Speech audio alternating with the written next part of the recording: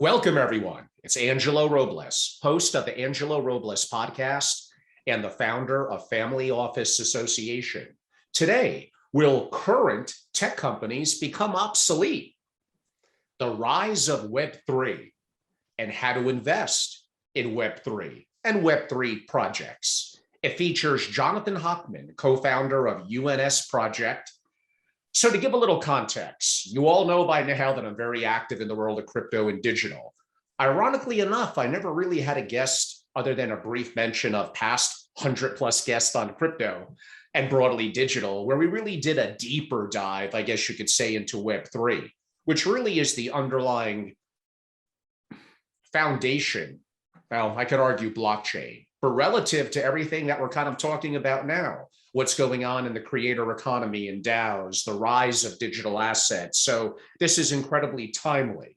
So Web3, obviously by the name for the uninitiated, is the third generation of the internet, which really shockingly, although theoretically, I guess World Wide Web going back into the US Army in the 70s and some level of getting familiar with it in the 80s, but really it's only like about 25 years old in the grand scheme of things as it's really taken off. So it's so recent.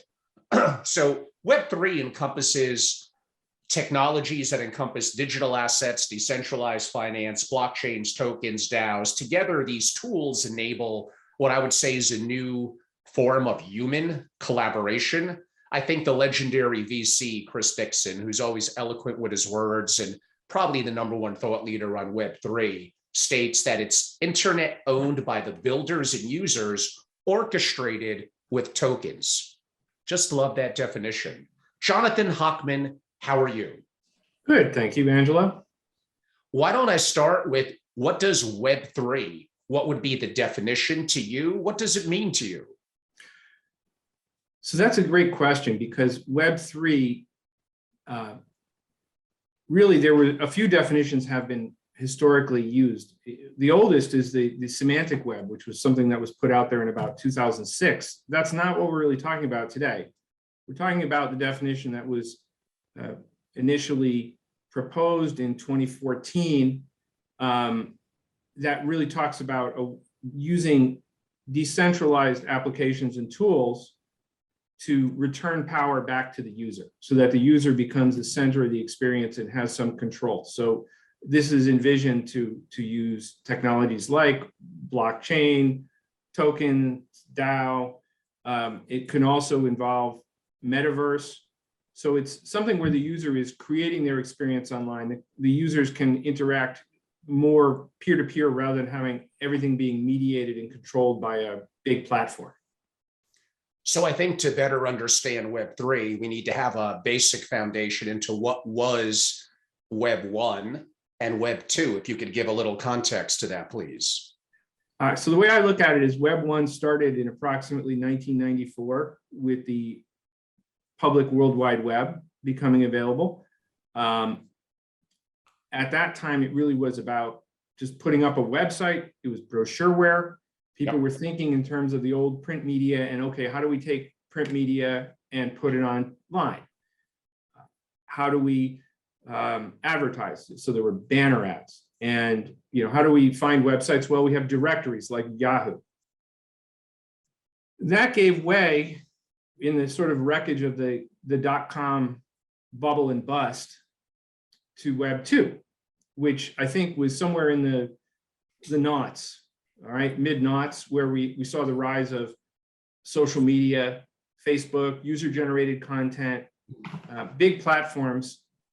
And, I think Google, Facebook are two of the biggest of these, Web 2 companies. Google never really, they tried various ways to do social media. They never really succeeded with it.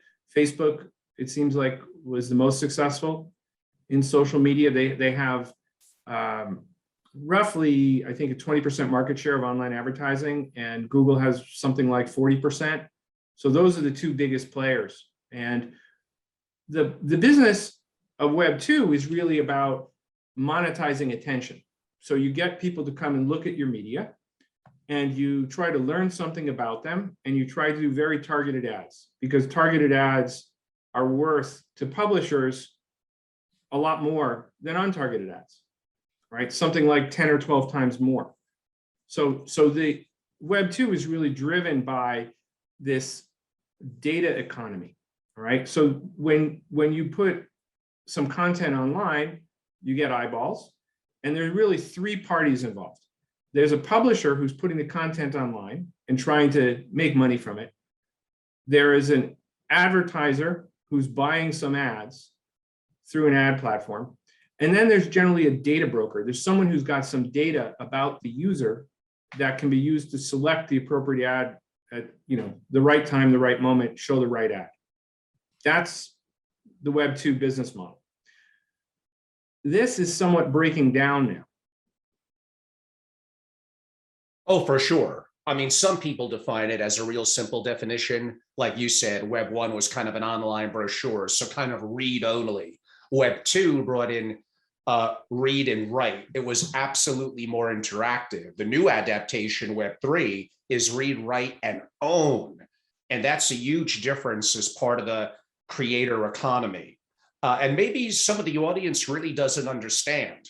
Like, a lot of people have significant platforms on Facebook, Instagram, and Twitter, tens of thousands, hundreds of thousands, millions of followers that makes them influential and generates revenue to them as well, sometimes very substantial revenue.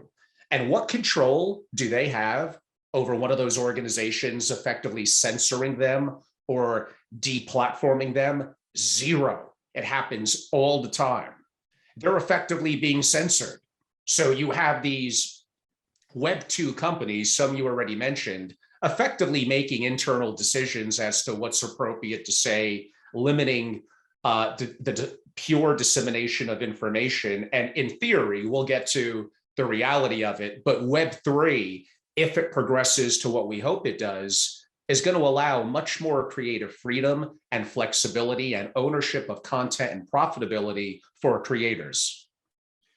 I think that's a good aspiration for Web 3. That's really the question to ask, which is, how do we put the user or the content creator in control? Because right now, users feel exploited. Content creators feel exploited. They feel like they're not getting fair value.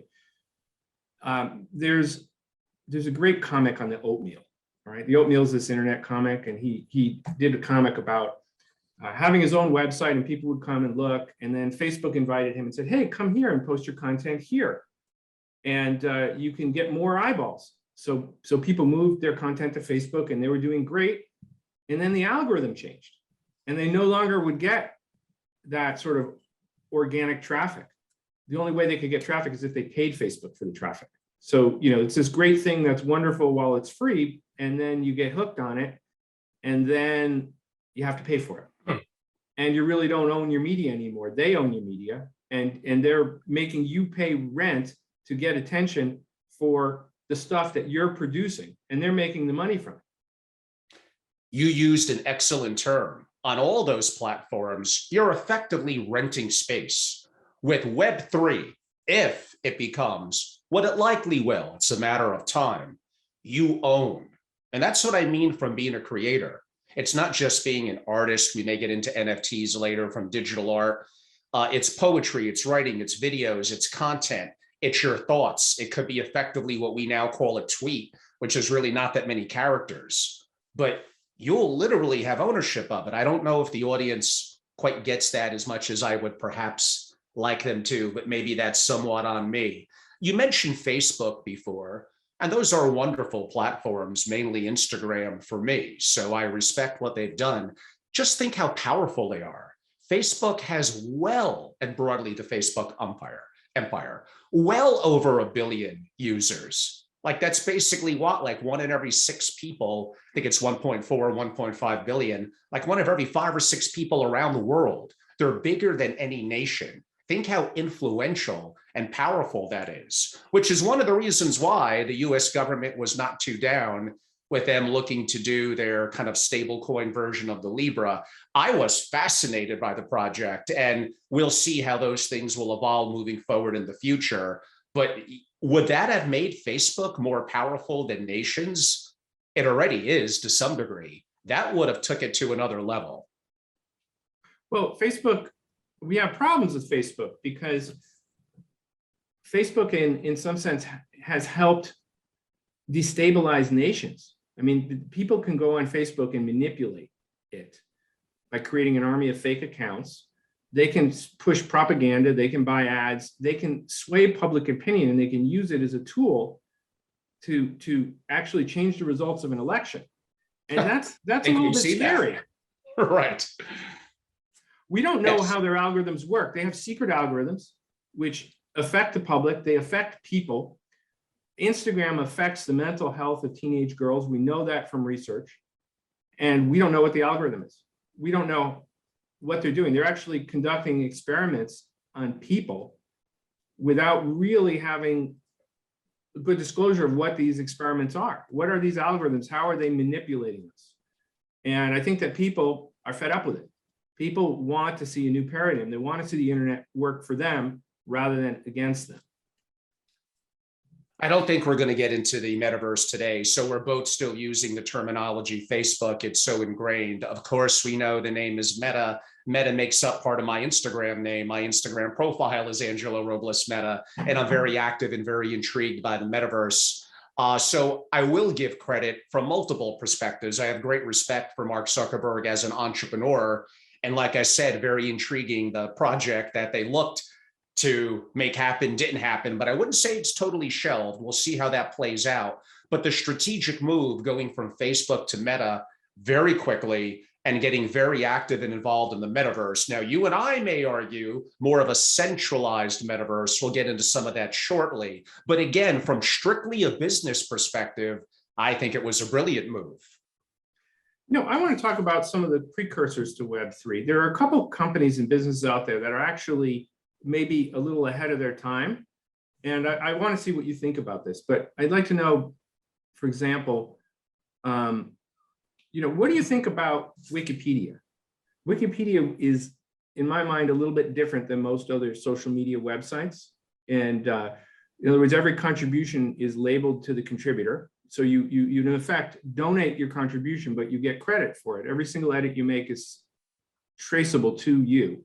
Sure. If you upload a picture, it has your name on it. If someone copies it, I uploaded a picture from Chatham Harbor of some seals, and somebody wanted it and they used it in the book, and I got a credit in the book. Okay, so that was kind of interesting. It's a kind of site that you can sort of create your own reality.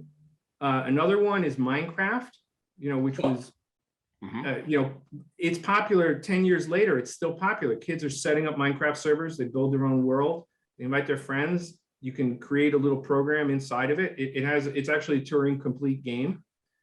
You know, this is interesting. And now you combine that with the fact that Microsoft just acquired Activision Blizzard today. Yes, big move. So, you know, that's kind of interesting to me. I mean, Microsoft has got some good properties in terms of creating virtual worlds. Yes. So I've asked this question before as well. If you look at the list of top 20 companies by market cap or size 20 years ago, only one company is currently still in the top 20. If I were to ask many young people, you know, here's a list of companies that were top 20 10 years ago, probably 7 of the 10 names, they don't even know. The companies are still around. They're just not as relevant. So only Microsoft goes back 20 years ago and also goes back even 10 years prior to that. I have thought about that.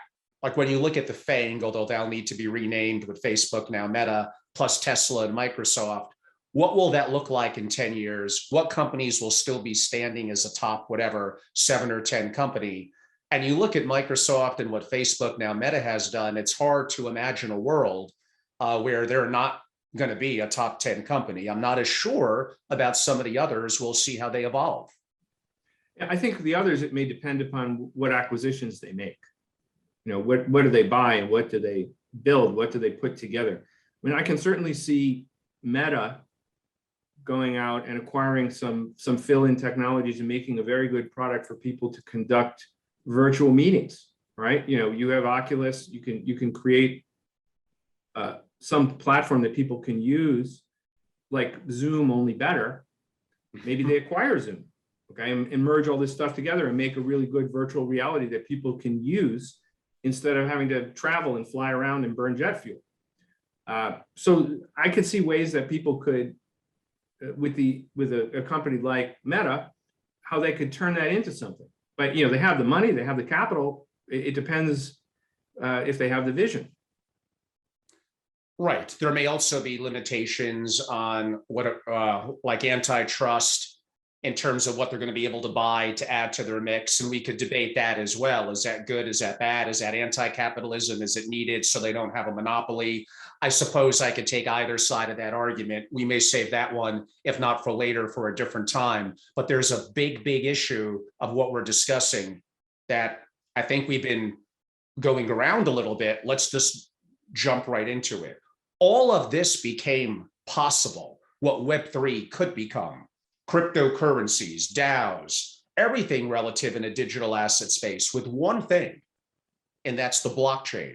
Specifically, give Satoshi credit, the Bitcoin blockchain, which truly, maybe not initially when it didn't have enough participants or users, miners, etc., but definitely now is decentralized. So that brings up the whole point of Web3 to become decentralized. And now you have the debate with companies like Meta and Microsoft building centralized metaverses and others looking to build decentralized metaverses. And I don't know if the average investor or family office on the Zoom or listening to in a recording, why does that matter or should matter to them? I think that you raise an interesting question, the centralized versus decentralized metaverse. I have recently was presenting at a conference on distributed systems, and I did pop in and watch a presentation on the metaverse. And one of the interesting things is that it's really limited today by the speed of our networks. So you have to not have too much latency in the network in order to have a true distributed metaverse. Maybe the reason we have some centralization now is just because of the way the network is organized, and that when we have faster speeds available, that may change. So there is perhaps some technical breaks on it. I mean, the blockchain became possible because we have public key cryptography that was invented in the 1970s, but a lot of it was under patent for a while, and it only came about really 10 years ago that people had enough power in their hand to do lots and lots of cryptographic calculations efficiently. Before then, the computers just weren't that powerful. And that, I think, has opened up that opportunity to use applied cryptography and cryptographic data structures. I mean, I think blockchain is very interesting as a sort of a proof of concept, and it's a first step, and that there are other data structures like blockchain and other applications, distributed systems that could be built with things like it. It's really not just a single thing. To my mind, it's a whole class of potential applications that could be built that don't exist today. And I have a theory sort of on what's missing from the internet today, what piece is missing that, if it's built, will unlock a whole bunch of new opportunities. And of course, you're leaving us hanging. What is that piece? Well, so the internet was built originally as a network between some military research facilities and some universities. And it was all essentially eggheads who trusted each other. So there really was just an assumption that everybody on this network is okay because this was just geeks. The public came on board and security was kind of added as an afterthought. But there's no internet scale system for providing security. It's sort of like each participant has to try to roll their own. But to do a really good security system is hard, and almost no one has the resources to do it. So are you familiar with the CIA triad? Of course. CIA? Not the Central Intelligence Agency, the other CIA. It stands for confidentiality, integrity, and availability. So these are sort of three aspects of computer security. If you want to talk about computer security, you want to talk about privacy, you have to think about this.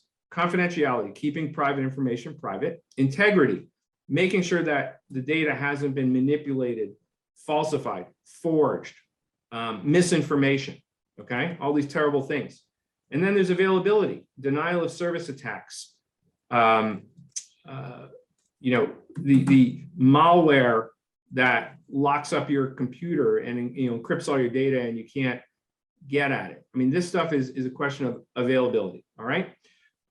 So I see blockchain as solving two of these three things. It's addressing the issue of integrity of the data, okay, you can't forge. And there are lots of copies of the blockchain, so you have good availability. Even if one node goes down, there's another one that's got a copy, okay? I don't know that it quite solves the privacy problem, so I think there's more to be built. But I think that the solution is for the internet to evolve, for some new internet protocols that will provide security and privacy for people. And in fact, this will solve some of the lingering problems that we have with cryptocurrency, because cryptocurrency is still today not trouble-free. Yes, and I will remind people of that. There's definitely some that are better than others. It's complexity in terms of what actual function, although many of them are getting much, much better. I look at platforms like Avalanche, like Polkadot, even Solana, which arguably on the centralized, decentralized, they're building real shit. They have intrinsic value, but there definitely is areas that could be massively improved. That being said, look at the growth over the past year. Look at the growth over the last couple of years. It's amazing. To think that this is going to stop, that there's not going to be more wallets, not going to be more adoption around the world. I mean, you got your head in the sand. You're just wrong. Is there going to be bear markets? Is there going to be regulation coming in the US? Yes. And if you want to jump into that, we're probably going to get something relatively soon from Gensler and from the government that is probably going to be some level of more controls than we would like, at least here in the US. There'll be compromises. We'll see how it plays out. But here's what I will say. One, it's not going to get rid of it. That would be foolish. And arguably, if it's decentralized, you kind of really can't. But that being said, let's not get too complex with that. The institutions, I know, I talk to them. They're way more knowledgeable about this stuff than actually many family offices are, but their hands are tied. They need regulation to be more clear. That's going to happen this year. And they are going to bounce in this industry very, very aggressively. And that will raise things up. It may be a rocky couple of months ahead.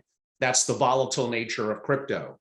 So I don't want to get too far off of web3 and blockchain. We got a lot of things we're going to cover today, and I'm in no rush. But any insight from your perspective from a regulatory issue, a concern or opportunity in the volatility as things become more clear?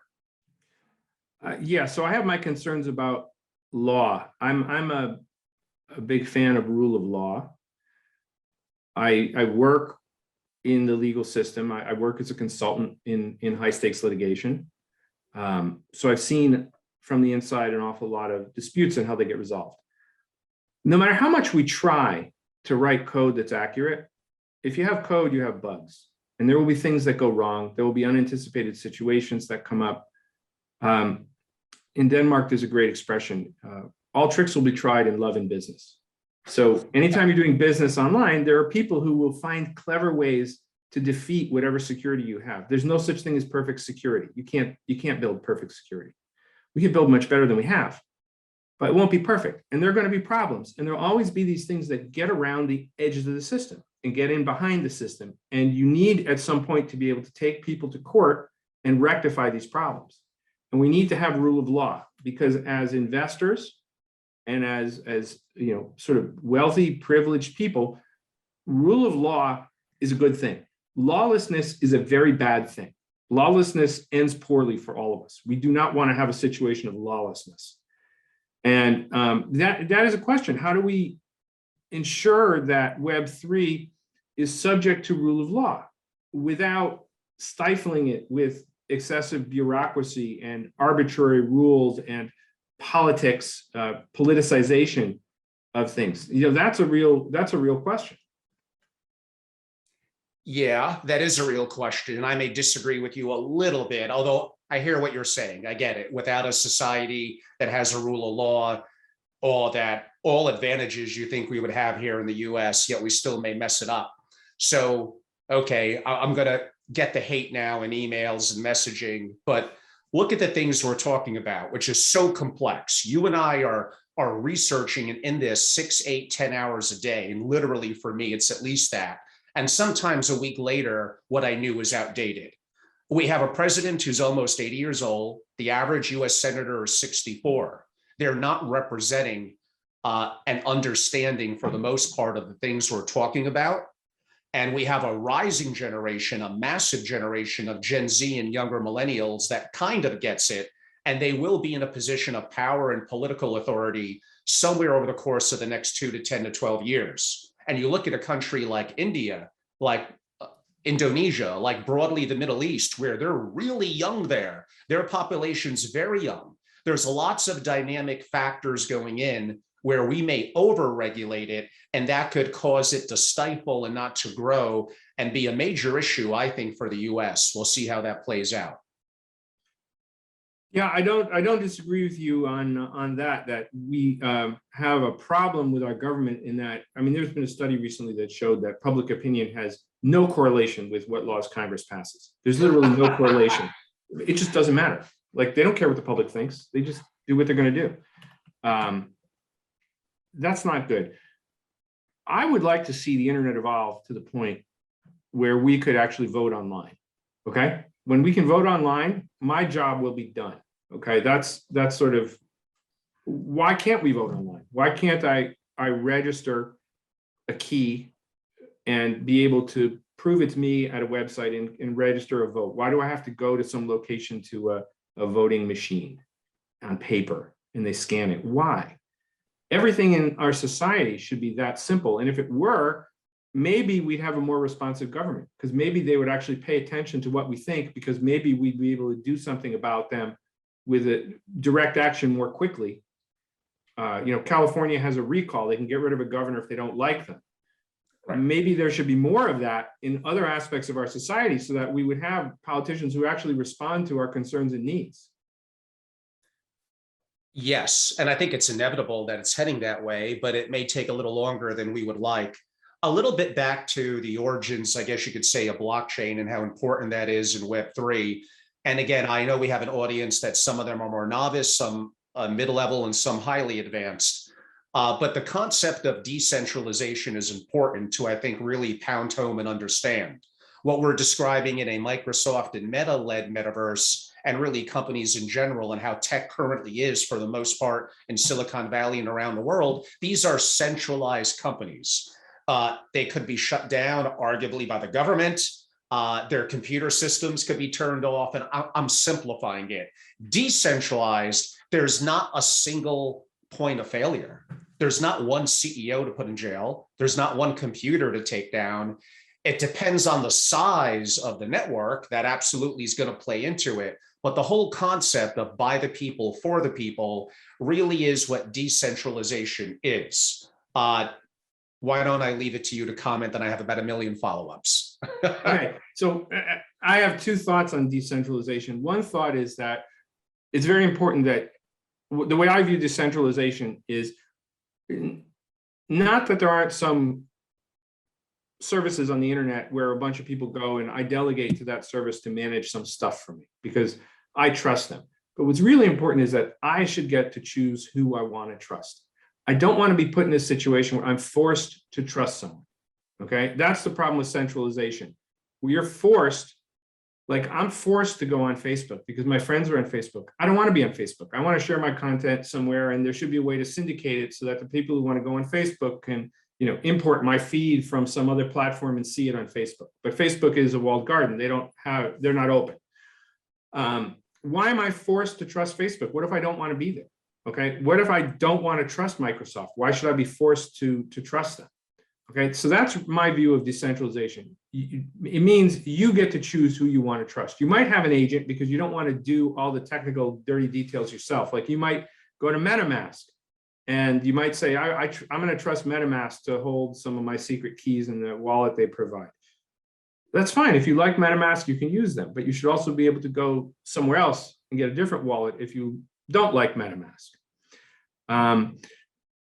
The other issue on centralization and decentralization is that decentralization introduces a problem called Sybils, SYBIL. Mhm.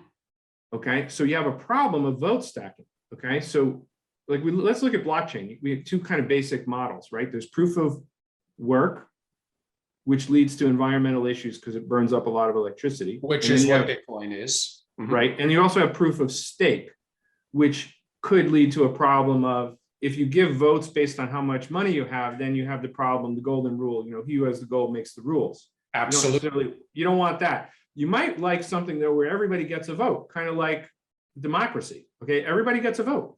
The problem is, how do you stop people from creating lots of fake accounts? How do you stop someone? This is something we've seen with Web2. It's a huge problem. It's called ad fraud. All right. Something like 10% of all the ad impressions that go across these big networks are fraudulent. And those are the tier 1 good networks. The bad networks, it's much worse. There's huge amounts of ad fraud. There are whole rooms full of mobile phones on racks in certain places in Asia where these phones are doing nothing but running apps that go generate fake traffic and fake ad clicks and scam advertisers. So how do you prevent Sybils from happening? How do you verify one person, one vote? That's a very serious and difficult problem, and that needs to be addressed. Oh, very much. I mean, yeah, there's not a perfect solution yet.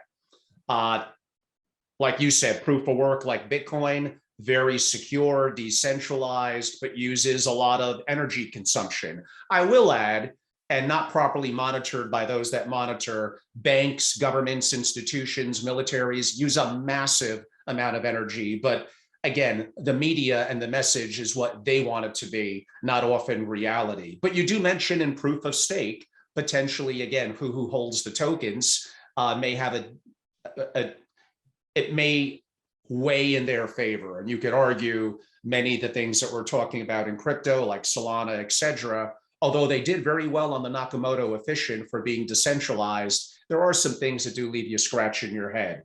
And again, the market is still exploding and taking off, and it's only going to get better. So that would be a little bit of my perspective on it. I mean, I would say with Web3, you publicly verify your identity. So it's self-sovereign, publicly verify ownership. That would be through the blockchain, and carry the verification anywhere, interoperability. And that's, again, one thing you don't get on the current Web2 platforms now. You're renting, you're not owning. And that's a big, big issue. And really, all of this became potentially possible through the blockchain. So really, it's amazing that things we're talking about really kind of took hold in 2009. I mean, that really wasn't that long ago. Look how much has happened in the last 13 years. What do you think is going to happen by the end of the decade? What kind of world are we going to be looking at, Jonathan? Well, it's hard because, internet tech companies advance very rapidly. New companies form and go in 5 to 8 years. They can take off. Protocols take 30 years. Internet protocols, there haven't been a lot of new protocols in the last 30 years. Almost everything we're using today existed back then. All right. The biggest difference I see is that HTTP moved to HTTPS. Okay. So now we have security Yes. in the transport. There hasn't been a lot of advancement in internet protocols, and we actually need some new protocols. We need some protocols to help people building internet apps be able to solve these sort of 3 big problems: confidentiality, integrity, availability. All right. Blockchain is one idea that could be helpful. But there are other types of applied cryptography that can be used in conjunction with that to solve some of these problems. And I think we're moving in a direction where cryptography will be used to solve some of these big problems and really make it much easier for people to do serious things online and not be afraid. Because right now there still is a lot of fear and apprehension that holds people back from doing online activity. No question. And I know some of my audience is stating, all this kind of theoretical research talk is good, but how do I make money in Web3? We're going to get to some of that. Just be a little patient. So interesting that you mentioned protocol. That was going to be a little bit of some of my next series of questions relative to, I guess, blockchain and Web3. So currently, the financial incentives are effectively through tokens. for anyone who wants to participate in creating, governing, contributing, or improving one of the projects or existing projects. We briefly discussed like proof of stake a little while ago. You're right in terms of this may take a long time to unfold, who's going to win, winners and losers, etc. So you laid the foundation. How do you think over time it could play out? I think it's often hard to predict because these inflection points are inherently unstable. So right now, I feel like we're at an inflection point. People are fed up with surveillance capitalism. They're fed up with being tracked everywhere they go. They want some privacy. They're going to start blocking all the tracking beacons. I'm already doing it. The millennials are going to do it. And the Web 2.0 revenue models are going to become passé. They're going to have to evolve and move into something in the future. Maybe it's going to be more of a subscription-based service where you pay for services that you want, and if you do something that's of value to the community, you get compensated. You can be, what if Twitter were to reward people for posting good content, all right? And not only just charge people for advertising, but actually pay a reward. Like if you're a writer and you post something really interesting, which gets a lot of views and generates ad revenue, that should be shared with the creator. I mean, YouTube does this to a certain degree. I mean, YouTube, you can make money on YouTube, all right? If they have some deals with people. On Instagram, people kind of have to monetize their own. Instagram influencer, you have 3-4 million followers, you post a lot of good content, and then you have to kind of spike the feed occasionally with some affiliate deal in order to make commissions. Yes, you sell merch, but you could do pretty damn well on that if you got 3 to 4 million followers. Well, you can do well up until the point that the algorithm changes and then you're out, or they decide to deplatform they deplatform you, you're done. Yeah. Yeah, and you're just one arbitrary decision away from that. I mean, this happens. I've actually seen this happen because it often leads to lawsuits where publishers will be deplatformed by an ad network. The ad network says, "Oh, we don't like the quality of traffic, you're out." And the publisher's like, "What do you mean? You owe me millions of dollars for my traffic. You're not paying me, and you're not letting me use this platform anymore." And it's not like there are that many other platforms you can go to. There's only a few big ones. So that creates problems. That's the centralization problem, where you have somebody with a hell of a lot of power who's not democratically elected, who can use that power in an arbitrary manner, and they can just throw you off. Well, that brings up a question that I think you hinted at, and I have to ask it, of course. You have giant tech companies like Facebook, like Apple. They are well positioned. They have great talent. They have massive amounts of money. Like, you don't think that Facebook is going to be successful in the metaverse? Come on. So my big question to you is, Web3 going to be controlled by big tech companies? Well, there's certainly a question there, because if you look at the handsets that we're all using, I mean, we're accessing the internet through our handsets more often than through any other device. And there are two big platforms, right? There's Android and there's iOS. And so you have Apple and you have Google, who have a lot of control over that. And let's say, just as a thought experiment, let's say that Apple were to decide to throw Metamask out of the App Store. If they say, "We don't like what you're doing. We think you're doing something that violates one of our policies," or they make a new policy and they say, "Well, you're violating the policy, you're out of here." Then what happens to them? And let's say that happens on the Google Play Store. What if you get thrown out of there? You're done. You're cooked. Yes, they're extremely powerful. And So what if Apple says, "Well, you know what? You're monetizing this app. You're doing it through membership fees or some other means. We want our cut. You owe us 1/3 of that money." What do you do? Where do you go? It's not like you can go somewhere else. For sure. Now, we'll talk a little bit about Web3 and potentially DAOs and how, our tech companies, potentially some of them going to become obsolete. I know I said they're all powerful and have a truckload of money, but we all know things are going to look radically different. Look at what I said 20 years ago compared to now. Things are very, very different. It's going to sound like a side tangent and a little bit of a commercial, but sorry. So like you did hear Jonathan mention a couple of times, Metamask. Many of my more traditional family offices are probably, what the hell is Metamask? So Metamask is a really important wallet slash browser for cryptocurrencies, specifically Ethereum. If you want to be active in NFTs on something like OpenSea, where that's going to be centered on the Ethereum platform, you really have to use MetaMask or another wallet, but MetaMask is the dominating wallet. Now, I'm not going to get into what does a hot wallet mean? Is that secure? Should I put it on something more secure, a hardware? That's a subject for arguably a different discussion. But MetaMask is very, very important to understand. And I think what Jonathan's basically stating is, look how loosely their success is kind of tied into a big tech company's decision to not, let's go with the word, deplatform them. Where the infomercial comes in, I did one in Vegas a week ago. I'm going to do 5 or 10 this year. I'm extremely active in NFTs. So what I'm doing is I lead NFT boot camps. Sometimes, like in Vegas, they're midnight to 6 a.m. We're drinking a lot of Red Bull. It's not just theory and talking, although that's a part of it. It's taking your laptop, downloading MetaMask if you don't have it, putting Ether in your wallet, knowing how to use it, how to go on OpenSea. So it's actually hands-on. If you go to my boot camp and don't buy, like, I don't know why you're there. Like, even if it's a couple of $100 to learn, especially something like that, you have to go through the process. So my members and others, just stay tuned. Look at New York on 126 and Miami on 2324. And you'll see that we're doing some variations of what I did in Vegas. Okay, enough about that. A very popular person on Twitter, he should be, Jack Dorsey, co-founder of Twitter and Square. Boy, now I'm going to be delisted from their platform.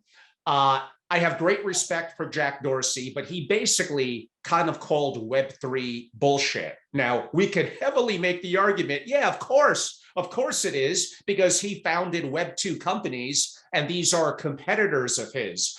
Basically, what he said was, is it really decentralized, or are VCs really in control? Now, I'm more in the other camp, but is there a grain of truth to what Jack said? Yeah, there is a grain of truth. But what's your opinion, Jonathan? Well, there's some very important companies here, like Coinbase, OpenSea, MetaMask. They're leaders, and they have a big market share. So there is really a question of, how much power do they have? And I think that's always the case anywhere. And the only way to really get around this is sort of what I alluded to before, which is the evolution of protocols, right? The reason that we don't have extreme domination in email is that anybody can stand up an email server. There's a protocol. There's a defined standard. You set up, and if you want to, if you want to, and you have the means, you can run your own email server, right? So it could be that a lot of people use Gmail, but if Gmail started to behave badly, if they behaved tyrannically, people would leave in droves, and they would go set up email elsewhere. So that sort of, you can have a lot of people on a platform. It doesn't mean that that platform is dominant. The question is, do people have a choice? Could someone split and go create their own wallet? What's the barrier to entry if someone wanted to go roll their own? That's really the question. I am still going to ask you, in terms of relative to what Jack Dorsey said, do you think there's some truth into, is Web3 a little bit of a mirage with VCs kind of controlling what's going on behind the scenes? I have a different take on it than he does. There are problems with Web3, okay? I have a funny website, which, people should look at as a highly contrarian view. It's called web3isgoinggreat.com. And it's sort of a timeline of various disasters and rug pulls, and people drain the liquidity pool, and all. It's documenting all the things that go wrong. And there certainly is a wild west out there. There certainly is danger to the uninitiated. All right, so maybe in that regard, there's a little bit of a point to what he's saying, in that there is some nefarious activity, and there is honestly some baloney. But but I don't know that saying that it's all controlled by VCs is really, I don't know that that's the right criticism, because what's controlling Web 2? I mean, how is that different? How is it different? It's like the pot. That's 100% centralized and controlled. Yeah, I mean, very, very good points. I wanted to take a little bit of the opposite side of the argument so we could have an interesting discussion on it, but for sure, that all makes a lot of sense. So I guess I did tease at about 10, 15 minutes ago, like, okay, this like sounds good. And by the way, to give you all some context, you know, pre-COVID, I knew relatively very little, and I would say I still know very little. I'm way more of a student than a master. This is a highly complex and it changes so quickly. I mean, you and I are probably putting in, like I said, 4, 6, 8, 10 hours a day, including weekends, and some of that becomes outdated. I've been working on a member PowerPoint and handbook. It's done on crypto and digital assets. I originally wanted it to be 40 slides. It's now 130. And like, it's already a little bit dated in certain things I did on NFTs and on Web3. And I go pretty broad. I cover a lot of things. That's only for my members, by the way, at Family Office Association. But I'll be doing a whole bunch of master classes. And again, a month or two later, it's again outdated. That being said, my audience is investor centric.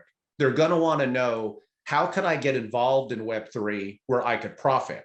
And by the way, some of the things that you mentioned, it's early, it's volatile, part of it's being manipulated, there still is regulation to come. All of that is true and more. And that is why there's potential to make great money. It's not a mature market. It's not like, oh, I'm looking to get 8 or 10%. No, you're not. You're not looking to get 8 or 10% in NFTs and crypto and in Web3. You're looking to potentially make a hell of a lot more than that, because the volatility is going to drive you crazy. I know it does to me. But you're an early adapter. You know the institutions are eventually going to come in. And when they come in, boom. If it's not early to mid this year, it's going to be later this year. It's eventually going to happen, which is why I'm so optimistic about the asymmetrical upside. What would be some opportunities to profit in Web3 to you? Is it through crypto and tokens? Is it through VCs? Is it what DAOs? What other methods could you see profiting from Web3? So what I'm looking at are problems that we haven't been able to solve. There are problems, bad, tough problems, where there would be a tremendous value unlocked if we could solve them. And how do we take and use, and I would look at it a little more broadly. I look at the field of applied cryptography, okay?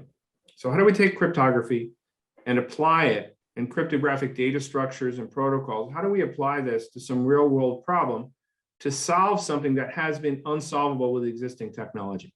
So it's something, it's transformative. You know, we can, as an example, medical records. I recently wrote a paper on medical records. There are silos. All the medical data that we collect is siloed. And researchers are extremely frustrated. They're unable to join these data in the silos to get a complete picture of someone's healthcare in order to advance research. If we could join up these records and do it in a way that preserved privacy, billions and billions of dollars of new therapeutics could be invented. So pharmaceutical companies would be really keen, I think, to participate in this. And I think that there is an opportunity for companies that do data management to figure out ways to do privacy preserving record linking and put together these fragments and use it to cure cancer.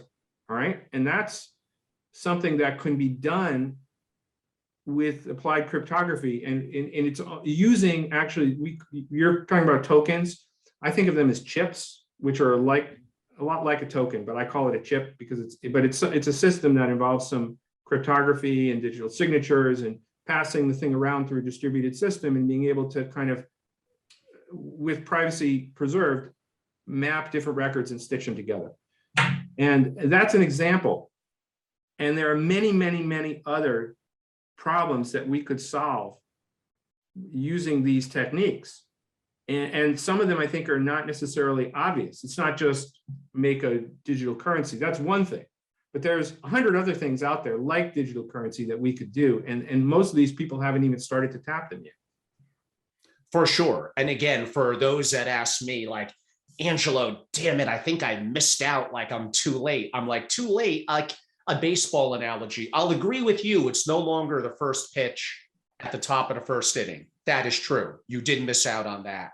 But I would say we're probably bottom of the first. It is still early. The next 10 years are going to be amazing, volatile, drive us crazy. It's going to be really, really intriguing. And I just don't understand how more family offices are not active in the world of crypto and digital. And some of it, I think, is a little bit of their age, their bias, what they've learned in the past, and how a lot of what they learned, honestly, is not really applicable in this kind of new world order moving forward. I'm sorry. And I agree with Raoul Pal and others. The way that you mitigate your risk, you don't have to know every little thing. You get on a plane, you don't exactly know how that flies. You mitigate your risk. And I think even Soros said something like this, by limiting your exposure. Okay, don't put in 50%, put in 25 basis points, put in 1%, put in 5%, till you get more comfortable and you understand the risk. And again, you're going to see institutions get involved. I know, I talk to them. They're ready. They want to see further clarity on regulation here in the US, which is coming. In terms of the investing part, I mean, I guess I kind of answered it already. Selectively, some DAOs. If you're a creator, NFTs and social tokens. If you're an investor, some crypto, some DAOs, crypto/tokens. And I know we bashed them a little while ago, but for a lot of larger investors, family offices and institutions, yes, VCs, A16Z, whatever, Andreessen Horowitz and others, if you could even get in, by the way, are decent ways in terms of getting some exposure. We'll do something more centric on investing in Web3 shortly. Jonathan, what I would like to do, since we do have some more time available, is let's go round robin around a whole bunch of things, some of it more crypto and digitally centric, and maybe some of it a little bit outside the realm. You did hint at it.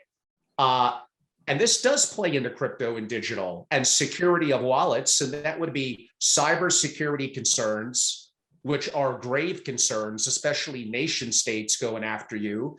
And potentially, we've been talking about it for years, but one day it's going to be here, quantum computing. Oh, there's so much good stuff to address there. So let's start with the easiest thing first, quantum computing. We have quantum computing right now. All right. The way we have quantum computing is that every chip is just a whole bunch of miniaturized transistors, and every transistor operates on quantum physics. Okay, so we're using quanta right now. What quantum computing means is that instead of using binary 0 and 1, you actually find a way to store a probability distribution as your data, and you operate on probability distributions. Okay. Now, the problem, of course, is you have to really sort of stabilize these computers, and you have to do things that eliminate sort of noise, thermal agitations. And it's actually very difficult to build a quantum computer. It's not clear that anyone will ever build a practical quantum computer. If a quantum computer is built, there's something called Shor's algorithm, which can be used to crack most commonly used cryptography, including RSA, elliptic curve. I think it would also crack the discrete logarithm problem. So I think that these existing methods could be made obsolete. Do not worry. There is a national standards organization that is putting together the next generation of cryptography. They have several different lattice-based methods that are quantum robust. And it takes time. Cryptography takes at least probably 5-10 years to qualify a new crypto system. That's coming. There will be quantum safe cryptography available probably within the next 5 years. And that will be here before any sort of practical quantum computer arrives. So don't worry about that. That will be solved. That will just be that'll just be an upgrade. Okay, stop using these older crypto systems, use new ones. any software that's built with a crypto system has to have an upgrade path where you replace the crypto system, because crypto systems occasionally become obsolete. You have to always be looking at someday you're going to have to upgrade it. Okay, Jonathan, I'm not going to let you go on that one because that may go over, well, went over me, but it may go over some people. Are you basically saying to some degree that in 10 years, maybe Bitcoin won't be number one, Ethereum won't be number two, or do you think they'll adapt, they'll hard fork, there'll be advancements? I think they'll just declare that there's going to be an upgrade in the protocol. And they'll say that we're no longer using this method, this math, we're going to use a different math. As of a certain date, we're going to decide to upgrade the math, and everyone will just upgrade. That's it. It's just upgrading. In terms of quantum, I mean, even without quantum, and I'm not a techie, so I'm probably going to get it wrong, but even now, factoring algorithms, there are things that are threats, I guess you could say, to some degree to crypto, depending on nation state resources, time, energy. I mean, sometimes there's scary things out there that maybe we shouldn't even bring up because it's probably going to freeze people from taking any action. Okay, look, so there are always threats. Right. There are always threats. There's bugs. Software has bugs. Okay. There's always the risk of a bug. There's also the human element. Okay. There's always insider risk. Somebody's got access to a key, where someone has access to something, to a secret that they can use. That's a risk. I mean, someone can go grab your developer and beat them repeatedly with a $5 wrench until they give up all the passwords. You know, that risk is always there. So I don't think there's anything special about that. That's a risk that always exists. Okay. That's why we want to have legal recourse. If something does go horribly wrong, you can go into court and slow everything down and straighten it out. Before we got to quantum computing, there were some other points you were making that I want to go back and address. So I don't know if you want to rewind a little and follow up on those. Jump right into it. So do you want to go into that, into factoring algorithm, SHA-256, CIA involvement into SHA-256? There's lots of things we could go into. I'll give it to you. Go for it. Yeah, I mean, there's always some risk that there's a backdoor being put into things. Yeah. Usually there's a principle known as Kharkov's principle, which means the enemy knows the system. So if someone does put a backdoor into a crypto system, chances are pretty good it's going to be discovered sooner or later. Someone's going to notice it. So I wouldn't worry too much about that. If you're looking at a thoroughly vetted, academically approved crypto system, I wouldn't worry tremendously about it. It doesn't mean that there isn't, but a lot of our, the other thing, not to make anyone feel nervous, a lot of our existing crypto systems are based upon mathematical problems that are believed to be hard. We believe that there's no solution to the discrete logarithm problem. Nobody's proven that there's no solution. We just believe it to be hard because no one's actually brought forward a solution. But there's nothing that says I won't discover a solution tomorrow and crack everybody's crypto system. So, there's always risk. There's always some risk. Yes, that is true. This is another subject. We could do a 2-hour deep dive exclusively into this, probably get banned on YouTube and all that. We're already in trouble, probably even talking about it. So maybe we'll move on a little bit. Unless you wanted to add to it, why not? One thing I will say, it's going to get off topic from the security issue, but I think it's important for investors and family offices to realize, and let me know how you feel about it. I think that Tim Ferriss, who all of you know, and I'm assuming respect and should, said it very well. I mean, that guy's really connected among techies, cyberpunks, VCs, all of that community. He's an active investor. He's not just an iconic podcaster. He's like, not literally, figuratively, all the under 30 top talent wants to be involved in crypto and digital assets. They're moving there in droves. As an investor, doesn't that tell you something? Are you saying that they're all idiots and they're wrong? They're going there in droves. I see it. I get family offices asking me, okay, how do I build out an internal digital asset team? I would have said a year ago, you could probably get one person. Now you may need one person for above $1 billion cryptos, one person below, one person for memes, one person for NFTs. And they're not going to want to come into an office. They're not going to want to wear a suit and tie. And a lot of them are making 7 figures currently trading in their own. So like, why do they want to work for you? What's your opinion about the talent issues flooding into the world of crypto and digital?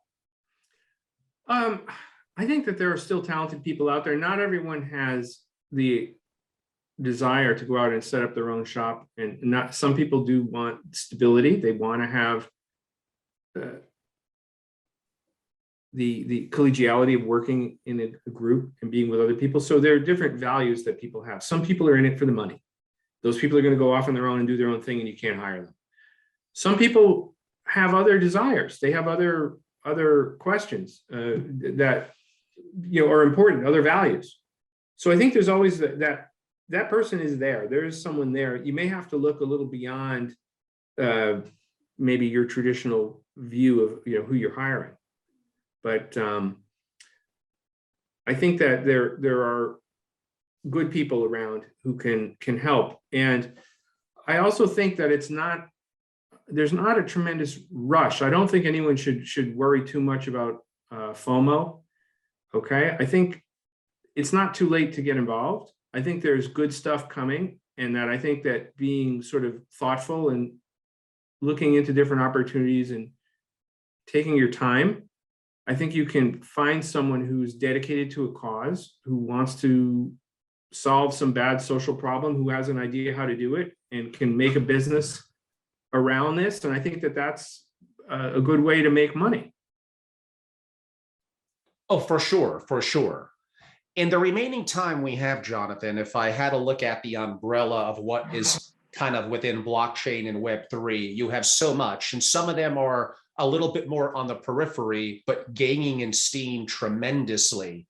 I would put NFTs there. I would put DAOs there. And one that is very on the periphery, but I think probably by the beginning of the next cycle, whatever, a year or two out, social tokens, I think will be very, very intriguing. Why don't I give it to you to kind of choose any one or all of them if you want, and kind of tie that into the Web3 picture that we're talking about. And possibly, if you want, not just from analytics and research, but even from an investing or interactive perspective from an investor or family office side. Yeah, I think we could maybe talk about social tokens and karma as something that's interesting. Sure, go for it. One problem that I see is that people go and they may go into a web community and spend some time and effort, and they build up considerable social capital there. And now they go to a new community, like you want to lure them off of Instagram onto Snapchat. And they don't necessarily have an easy way to take that karma with them, right? And that maybe is an interesting, in other words, credibility. Like I've been online for 35 years. I've participated in lots of communities over the years. I've been a good participant. I've been helpful. And when I come to a new community, they're like, who are you? And I think that there's an opportunity there to build a karma system that works for the internet, where you can get your social credit becomes more portable. And I think that that is a very interesting question, because you can use that to defeat the Sybil problem. All right. Who are you? What have you been doing? What's your history? You don't need to know everything about me. I can still be anonymous, but somebody can report on me. Someone who you trust, who you choose to trust, could report on me and say, yeah, this is a guy who has a karma score of 89,000. He's posted a zillion blog comments that were approved. He's been active all over the place, and he generally hasn't caused trouble. He hasn't been banned. This is someone who's good. That would be very valuable, I think, for a lot of startups, because one of the problems that startups have is they quickly get overwhelmed by spammers and bad actors. They don't necessarily have a way to defend themselves. And so I think that that's very interesting, is to look into systems of transferring social credit. Yes, I do agree. I've been a big advocate of social tokens. By the way, from strictly an investment perspective, I'm too early.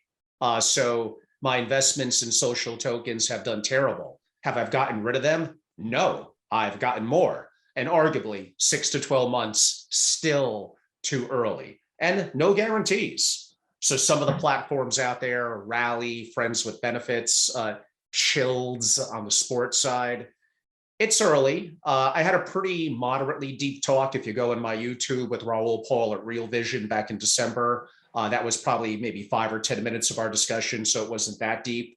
But learn about social tokens, learn about those platforms, look at how creators, musical artists, entertainers, athletes could build a community that is more than just participation in a token with their quote unquote up or down, but being part of a community, being invited to specific events or functions. And that really is what a lot of it is about. It's not just about money, it's being part of a community. And we see that now with Bored Ape Yacht Club and NFTs, about how, yeah, like you want to buy it and make a lot of money, and maybe that money's already been made. It's like a blue chip now, we'll see. But you're also part of a community. You're flexing on Twitter and other areas, proudly using that as your avatar, not your own picture. And you're being invited to certain things, restaurants, yacht parties, where only an NFT holder, in my example of Bored Ape Yacht Club, is allowed to attend.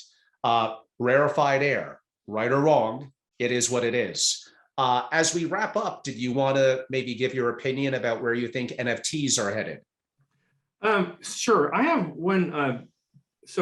This is, I think, very relevant to NFTs, but it also is relevant to other, even to blockchain. I think that a missing piece of the ecosystem right now is an on-ramp. And by that, I mean, let's say that I'm an artist and I've made some real world piece of art, and now I want to convert it to an NFT and I want to sell that. But how does a market like OpenSea distinguish me, the actual artist, from the imposter who comes in and claims to have the right to generate the NFT? There needs to be a bridge between the real world and the online world, the metaverse or blockchain or NFTs, where somebody going to create one of these digital assets can prove that they actually have rights in the underlying physical asset, or they have, imagine that you want to create a blockchain registry for buying and selling real estate. Well, a lot of real estate is currently registered on Dead Tree Media. And there needs to be a way to, how do you stitch those two things together? And I think that's kind of a very interesting problem that somebody is going to address and probably make a lot of money addressing it. Oh, for sure. That is an underserved aspect right now. And again, as this ecosystem, it's so early. These things will eventually come. There'll be entrepreneurs, there'll be billionaires created from simply, multiple of them likely, from creating what you're describing. And we're seeing it happen with some of the companies you already mentioned today, Coinbase, OpenSea, and others that have created people, Sam Bankman-Fried at FTX, I'm forgetting the gentleman's name, great entrepreneur at Binance. I mean, all these people were unknown probably 3 to 5 years ago, are now part of the Forbes 200 and quickly moving up the ranks, Brian Armstrong at Coinbase and others. Yeah, we'll probably save, because I'm so active in NFTs and what I'm doing with boot camps, we'll save that one for another discussion at another time. But for my audience, stay tuned. We're very, very active in that. I'm active in it. So those of you that know me, feel free to reach out. I'm happy to be a resource on that. Well, I mean, Jonathan, this has been amazing. You're a whirlwind of knowledge and resources. I'd like to give the floor to you to do a conclusion. And then I would like to ask you a little bit about your company and how families, investors, and others could engage in what you're doing. But why don't I let you put a bow on our discussion on Web3 and other things that we covered today? So I do think that there is an inflection point that we've reached where people are ready for something new. The old web economy of surveillance and monetizing things with advertising is getting kind of stale. And it's time for a new economy, one that puts the user at the center of their experience, that gives more control to the user, that gives more money to the creators, and that encourages and incentivizes the creation of quality content. Something like we've actually seen in television production. We're in kind of a golden age of TV and movies where there's great stuff being produced at scale, and people are they're just buying subscriptions to it because it's good. They're like, yeah, I like Disney Plus. I'll pay them for their content. Companies like a company like Google, for example, builds great software. They build great software, and they don't necessarily need to monetize it with advertising. They can go to people, and it's okay to say, hey, we have this great software. How about buying a subscription? I mean, Microsoft does that. I buy my Microsoft 365 subscription every year, and I'm happy to give them the money because they give me something in return that works well, and I'm delighted with it. Just because one way of making money is ending, it doesn't mean that these companies can't continue to do very well just by adopting a new strategy. So I think that that's really what Web3 will be about. I think the next iteration of the web will be more centered on the user and for the user and giving the user enhanced rights and ownership.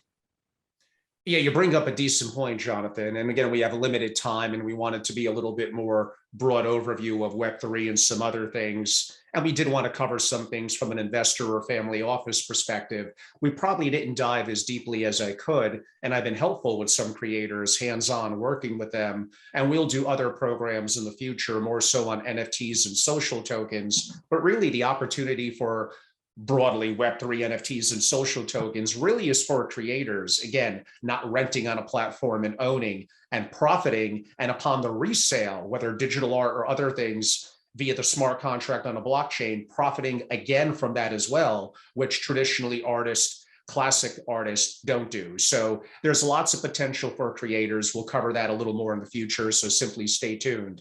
Jonathan, for those that would like to learn about your work, what you're doing in Expert Witness, what are ways they could learn about you, your company, and how could they reach out to you? My consulting practice is called Hochman Consultants.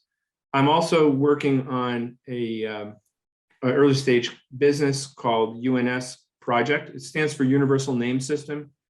This is a proposed internet protocol for assigning privacy preserving names to people that they can use with different internet services, and giving people the means of proving their identity, to prove that they are the owner of an account, and to be able to prove facts. Okay, so it's really about a process called authentication.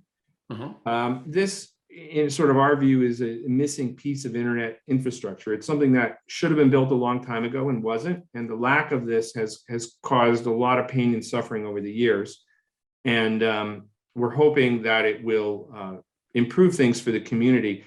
I don't know exactly how it ends up being implemented. There's probably going to be some kind of nonprofit that administers the system. I have a commercial venture that's developing the technology and working on commercializing it. We also are working with a group at Yale, especially on the medical record side of things. So this is really a combination of commercial and academic work. And it's really something that's very interesting to me. And it's motivated primarily by trying to make the internet better. Okay, I'm not really thinking about how to make the most money. I'm thinking about how to make the internet better. That's incredibly worthwhile. And it's great that you have that perspective. Maybe I would benefit from having more of that as well. And how could people reach out to you and learn more? People can just find me the old-fashioned way by email through my company. I'm easy to find, and I'm happy to talk to anyone about these ideas. I'm looking for insights wherever they can be found. And my closing comments, one, I'd like to thank Accordia Group for making the introduction to Jonathan, who's been a wonderful guest. They're tremendous thought leaders in future thinking and technology, and working with family offices on technology solutions for aggregation and reporting, which is gravely underutilized by families and incredibly important for making more effective and efficient decisions. They're one of our corporate partners. I highly suggest you learn more about them. That would be Accordia with 2 C's Group, and you'll see them present and be active at some of our physical programs, as well as a digital interview on their platform sooner rather than later. So, Alex and Keith and David and the whole team there do a great job. Everyone, I'm Angelo Robles. I'm the host of the Angelo Robles podcast. I'm also the founder of Family Office Association. You can learn more about us, perhaps become a member at familyofficeassociation.com. And I'm very active on social media. We're Family Office on YouTube. Go and subscribe, it's free. And I'm Angelo Robles Meta on Instagram, where I'm actually, shockingly for someone in the family office world, very, very active, and maybe a little more than I should be. So go take a look, subscribe. Hopefully that'll be of value. And again, Jonathan, thank you so much. I look forward to the next time. Thank you. Thank you. My pleasure. Thank you so much.